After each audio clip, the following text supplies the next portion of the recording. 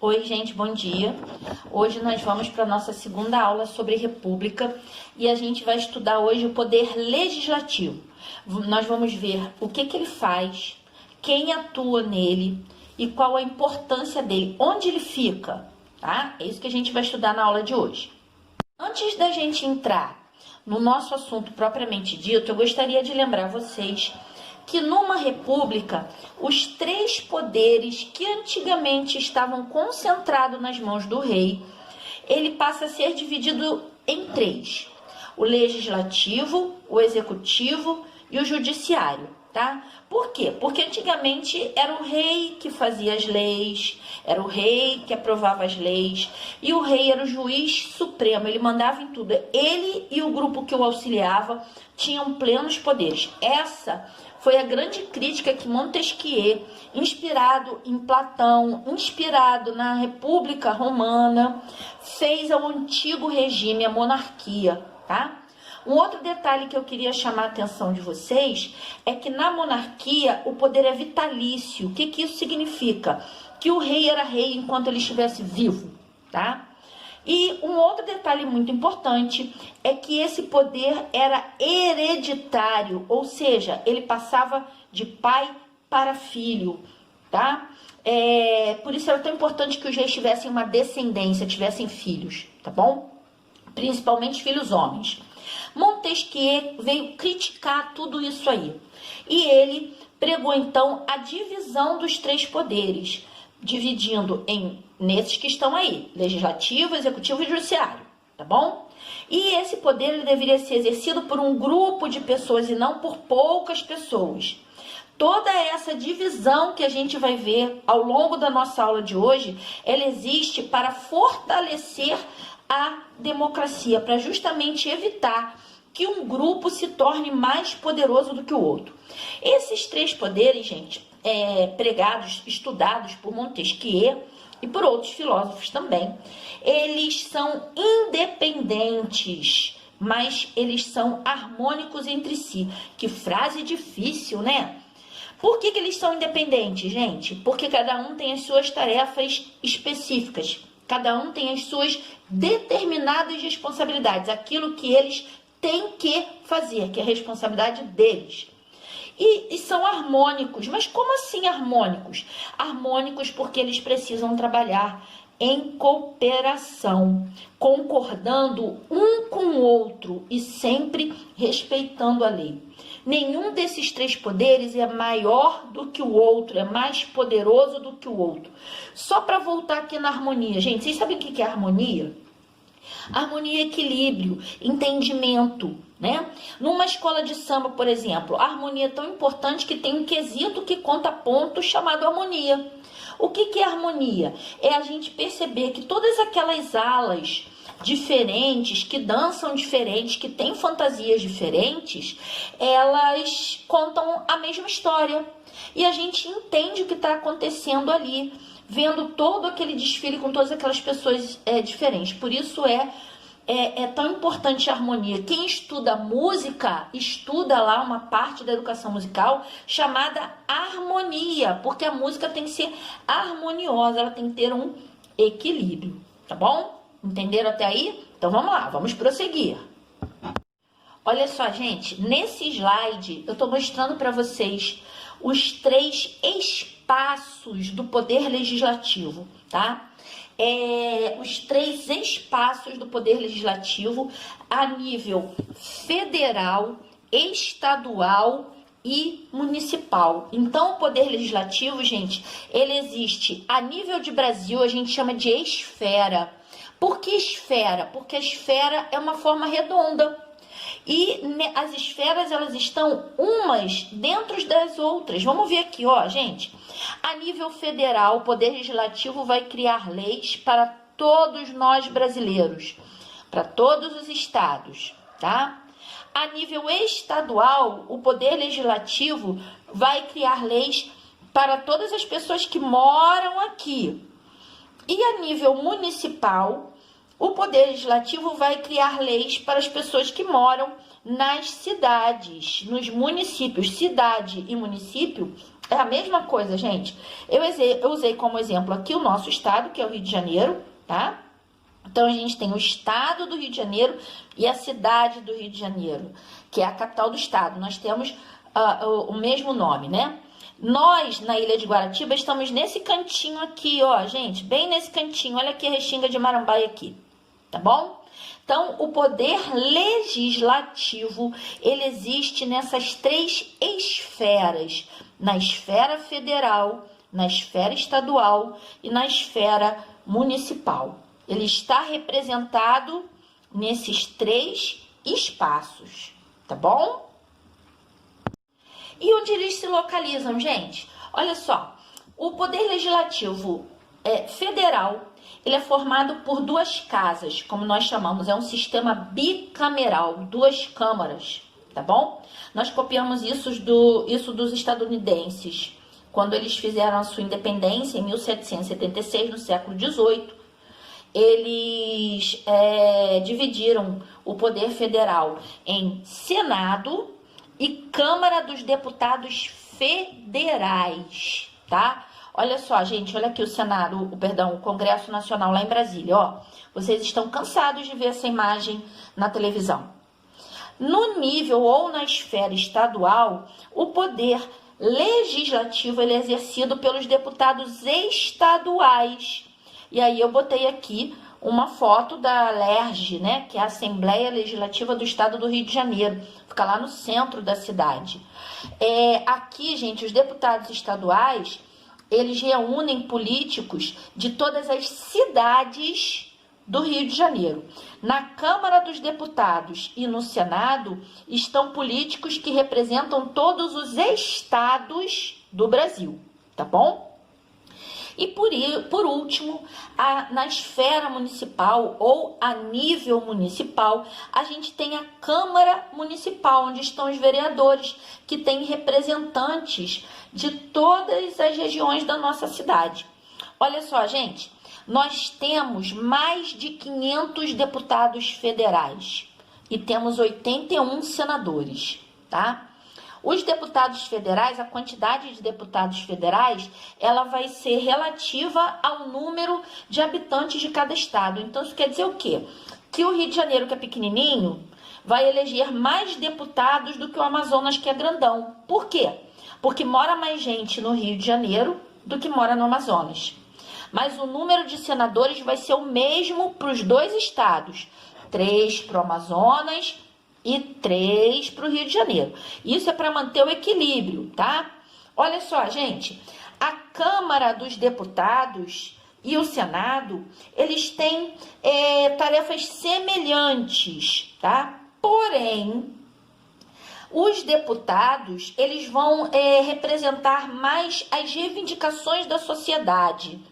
Eles vão brigar pelos direitos, né, daqueles que os elegeram. Então, estão mais ligados às sociedades, aos grupos sociais dos seus estados. Enquanto que o Senado, ele discute questões mais gerais, como saúde, educação, ele que aprova as contas do governo. Eles são também muito ligados aos seus estados, aos seus governadores, são eles que aprovam empréstimos para os estados, tá bom? Então, eles têm funções parecidas, mas tem também as suas particularidades, tá certo? Então, olha aqui, ó, o número de deputados estaduais também vai variar conforme o número de eleitores de cada cidade. E o número de vereadores é estabelecido pela Constituição Federal. Vamos lá. Bom, gente, muito bem. Agora que a gente já sabe sobre as esferas, a gente já se lembrou do tempo lá da monarquia, né? A gente já viu que os 3 poderes são independentes, mas são harmoniosos. Vamos ver, afinal de contas, o que o poder legislativo faz, né? Olha só, gente, o poder legislativo, ele elabora e revisa todas as leis do Brasil. A nível federal, são leis para todos nós, todos os estados do Brasil. a nível estadual para o Rio de Janeiro e a nível municipal para cada cidade, para a cidade do Rio de Janeiro. Cada uma tem as suas particularidades, tá bom? Os seus detalhes. Então, ó, eles vão elaborar, quer dizer, eles vão fazer, vão escrever as leis e vão também revisar essas leis. O que é revisar, gente? Quando a gente vai marcar avaliação, vocês não falam assim, dá uma revisão, professora. O que é uma revisão? É quando a gente revê os conteúdos que vão cair na prova, né? A gente estuda, faz uma lembrança rapidinho daquilo ali. Os legisladores, os representantes do Poder Legislativo, eles também revisam as leis, ou seja, eles vão atualizar as leis. Um exemplo, o Código Penal brasileiro teve que ser revisto por conta dos crimes cometidos através da informática. Então, eles revisaram as leis e incluíram esse capítulo lá no nosso Código Penal, tá? Mas além de elaborar, de escrever e de revisar as leis, o Poder Legislativo também tem uma outra função muito importante, gente, que é fiscalizar a atuação do Executivo. O que é fiscalizar? É tomar conta. Quem é o Executivo que a gente ainda não estudou? É o presidente, a nível federal, o governador, a nível estadual, e o prefeito, a nível municipal, tá? Lembro a vocês que esses políticos, eles são todos eleitos pelo povo, portanto, eles nos representam, eles são nossos representantes. Eles trabalham para nós, gente. Não somos nós que trabalhamos para ele. Eles só estão lá porque nós demos a ele o poder para estar lá, tá? Olha só, gente, aqui, ó, o tempo de trabalho desses políticos é chamado de mandato. Dos deputados, sejam eles federais ou estaduais, é de 4 anos. Os vereadores também. Já o mandato dos nossos amigos senadores é de 8 anos. Por quê? Você viu que o número deles é bem menorzinho, né? Tudo isso é para manter o equilíbrio. Já vou explicar isso para vocês, tá bom? Muito bem. Deixa eu ver aqui se tem mais alguma coisa que eu tenho que chamar a atenção de vocês. Olha só, gente, eu gostaria de chamar a atenção de vocês para um detalhe muito importante. Lá no início da aula eu falei para vocês que na monarquia o poder era vitalício, ou seja, enquanto o rei estava vivo, ele estava governando. E era também hereditário, passava de pai para filho, né? Na República não, tá? Nossos representantes, que só estão lá porque nós os escolhemos, são eleitos pelo povo, eleitos. A gente vai lá e vota. Voto direto. Sou eu que vou à urna com meu dedinho, digito, aperto, confirmo e pronto. Emprego o cara lá, tá? Vocês já repararam que muitos políticos brasileiros colocam os seus filhos a seguir? Pois é, né, gente? Ser político no Brasil virou profissão. Isso é uma coisa que a gente tem que estar bem atento, tá? Muito atento. Olha só, gente. Vocês sabem como é que se faz uma lei? Nenhuma lei nasce pronta, né, gente? Nenhuma lei, ela nasce... Deixa eu chegar pra cá pra enquadrar melhor. Nenhuma lei nasce lei. Ela nasce como um projeto de lei, né? O que é um projeto, gente? É um planejamento. Para virar lei, esse projeto segue um longo caminho. Vamos ver como é que isso acontece a nível federal? Então, vamos lá, ó. A nível federal, lá no Congresso Nacional, que nós vimos no slide passado, lá em Brasília, os senadores e deputados federais, eles vão escrever, vão elaborar leis que vão servir para todos nós brasileiros, todos nós, tá? Então, vamos ver qual é o caminho que esse projeto faz. É um caminho bem longo. Primeiro, o projeto de lei ele é apresentado e defendido pelo grupo ou pelo político que está propondo. né? A partir daí ele começa a ser debatido. Ele passa por um longo debate. Depois ele vai passar pelas várias comissões que existem na Câmara dos Deputados Federais. Olha só, gente, as comissões são grupos e essas comissões, elas podem ser, existem algumas que são permanentes, como a Comissão de Educação, a Comissão de Combate ao Crime Organizado, a Comissão de Proteção ao Meio Ambiente, e outras são passageiras, elas são, têm tempo para existir, como, por exemplo, a Comissão Externa de Enfrentamento ao Covid-19. Externa porque ela conta com outras pessoas fora da Câmara, né? Essas comissões, elas são formadas pelos deputados federais e logo que eles se elegem, muitos procuram fazer parte, né, com aquelas comissões com as quais eles se engajam, com as quais eles se identificam, né? Então, esse projeto de lei, ele passa por essas várias comissões, onde ele é analisado, é discutido, ele passa por uma série de alterações. Quando finalmente ele é aprovado por todos os elementos da Câmara, chega a ser um consenso, né? Ele recebe mais votos a favor do que contra, ele é enviado para o Senado. Lá, entre os senadores, ele passa por um processo parecido de discussão. Ele passa também por várias comissões, enfim, até são feitos devidos ajustes. Se por um acaso o Senado não aprovar esse projeto, ele volta para os deputados, onde ele passa por novos ajustes para voltar para o Senado, tá bom? Finalmente, gente, o Senado então debate com todos esses ajustes que foram feitos e quando as duas casas aprovam esse projeto, foi aprovado pelos deputados e foi aprovado pelos senadores, ele já é quase uma lei. Mas ele ainda precisa dar mais um passo para se tornar uma lei. Ele precisa ser encaminhado para o presidente da República. Lembrem-se que nós estamos estudando o caso federal, hein? Então, ele é encaminhado para o presidente da República. O presidente também vai analisar, vai estudar esse projeto, tá? E aí, então, ele tem duas atitudes depois que ele analisa todo o projeto. Ele pode aprovar a lei, então ele vai sancionar a lei, e esse projeto finalmente vai vir a lei e vai então valer para todos nós.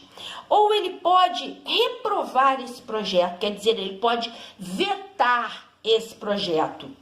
Então, ele volta para o Congresso para novos ajustes e aí segue novamente todo esse caminho, tá? Aí vocês devem estar pensando assim, nossa, mas que coisa, né, gente? Como que pode esse vai e vem pra lá e pra cá? Que coisa complicada. Gente, realmente vocês têm razão. É muito complicado, mas é complicado para garantir que essa lei seja justa e possa ser usada em benefício de todos os brasileiros, sem deixar ninguém de fora, tá? Isso é uma defesa da democracia. E olha só, gente, vocês sabiam que no Brasil existem mais de 500 deputados federais? Vocês sabiam disso? Os deputados federais, a quantidade de deputados federais vai variar de acordo com o número de habitantes de cada estado brasileiro. Desse jeito, gente, o Amazonas, que é um estado enorme, elege menos deputados que o Rio de Janeiro, que é um estado pequenininho. Por quê? Porque mora menos brasileiro lá no Amazonas do que mora aqui no Rio de Janeiro, tá? Então, o número de deputados federais, ele vai sempre se equilibrar de acordo com o número de habitantes de cada estado. Mas acontece que nós temos sempre 81 senadores. São sempre 3 senadores por estado. Por que isso acontece, gente? Para justamente haver um equilíbrio. Vocês já pensaram? o Rio de Janeiro tem mais representantes na Câmara dos Deputados do que o Amazonas. Então tem que ter um ponto de equilíbrio nisso aí. O Amazonas tem 3 senadores e o Rio de Janeiro também, tá? A cada 4 anos, como eu já falei para vocês, nós vamos às urnas e escolhemos os novos deputados estaduais, deputados federais e vereadores, cada um na sua época, né? Esse ano, por exemplo, nós teremos eleições nas cidades. Mas os senadores, eles têm um mandato de 8 anos. E a eleição deles é um pouquinho diferente, gente. Olha só, vamos fazer de conta que essa folha aqui, esse slide, melhor dizendo, representa o Senado. Eu vou tentar dividir com essa régua aqui, ó, gente, em 3 partes iguais, ó. Não tá muito igual, tá quase igual, vamos dizer, né?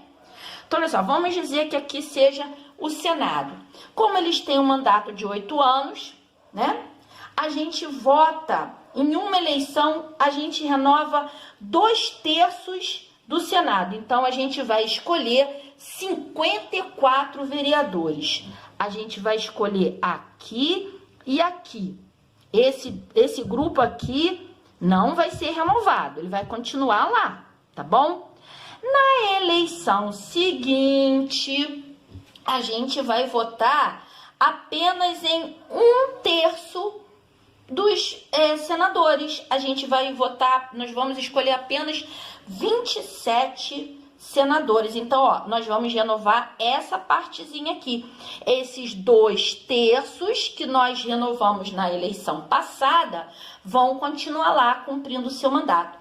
Na última eleição presidencial, que aconteceu em 2018, nós escolhemos 2/3 do Senado. Nós escolhemos isso aqui, ó, gente. Nós renovamos isso aqui, ó, do Senado.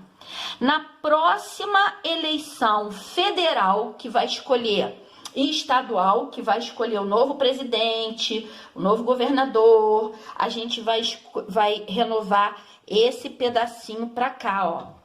Esse pedaço aqui vai ficar e nós vamos escolher só um senador.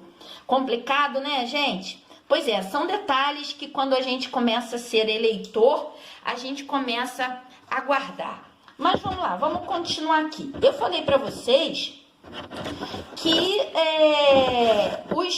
o poder legislativo ele é exercido pelos senadores, né? A gente está estudando aqui o caso federal, como é que se fazem as leis. Mas olha só, vocês sabiam que além dos representantes do poder legislativo, além dos senadores, além dos deputados federais, em alguns casos, o governador, o prefeito e o presidente também podem propor projetos de lei que vão passar por esse mesmo processo que eu expliquei para vocês. Vão passar pelas comissões, vão ser analisados, enfim. Mas vocês sabiam que o povo, porque todo poder emana do povo, somos nós que damos autoridade aos políticos. Vocês sabiam que a gente também pode propor um projeto de lei? Pois é, chama-se projeto de lei por iniciativa popular. Sabe como é que isso acontece, gente? Olha só, esse projeto de lei por iniciativa popular, ele existe há 32 anos. E ele foi proposto pela Constituição de 1988, que está em vigor até hoje, que está valendo no nosso país até hoje. E funciona assim, ó. 1% do eleitorado brasileiro, distribuído por no mínimo 5 estados, deve assinar dando apoio ao projeto de lei. Nesses 5 estados, pelo menos 0,3% de eleitores devem apoiar o projeto. Olha, é complicado, né, gente? Pô, 1% do eleitorado brasileiro, 5 estados, 0,3%? Como assim? Olha só, primeiro a gente vai saber quantos eleitores o Brasil tem. Daí a gente vai ver quanto é 1% deles, né? Esse projeto por iniciativa popular, ele vai ter que ter assinaturas de eleitores de no mínimo 5 estados brasileiros. Nós temos 27 estados. Então, no mínimo 5 estados, os eleitores vão lá e vão dizer que vão apoiar. E nesses 5 estados, pelo menos 0,3% das assinaturas devem ser de eleitores de cada um desses 5 estados. Parece pouquinho, né, gente? Ó, 1%, 0,3%. Mas acontece, para vocês terem uma ideia, que em 2017 esses números correspondiam a mais ou menos 1,4 milhão de brasileiros, tá? Tanto que até hoje nós só tivemos 4 projetos por iniciativa popular, projetos de lei por iniciativa popular, que se tornaram lei. Um deles é o Ficha Limpa, que vocês conhecem bem, que toda hora a gente ouve aí na televisão, que proíbe que pessoas que tenham cometido crimes participem das eleições por 8 anos. Olha só, gente, nos estados e municípios o sistema é bem semelhante. O projeto de lei é apresentado, é discutido, passa pelas diversas comissões, até que então ele é aprovado e precisa passar pelo governador ou pelo prefeito, tá? Sendo que nos estados e municípios não existe o Senado. O Senado é só federal. Não existe Senado estadual ou Senado municipal. Olha só, espero que vocês tenham entendido. São muitas informações, eu sei, mas eu espero que vocês tenham entendido. Beijo, até a nossa próxima aula, quando a gente vai ver o poder executivo.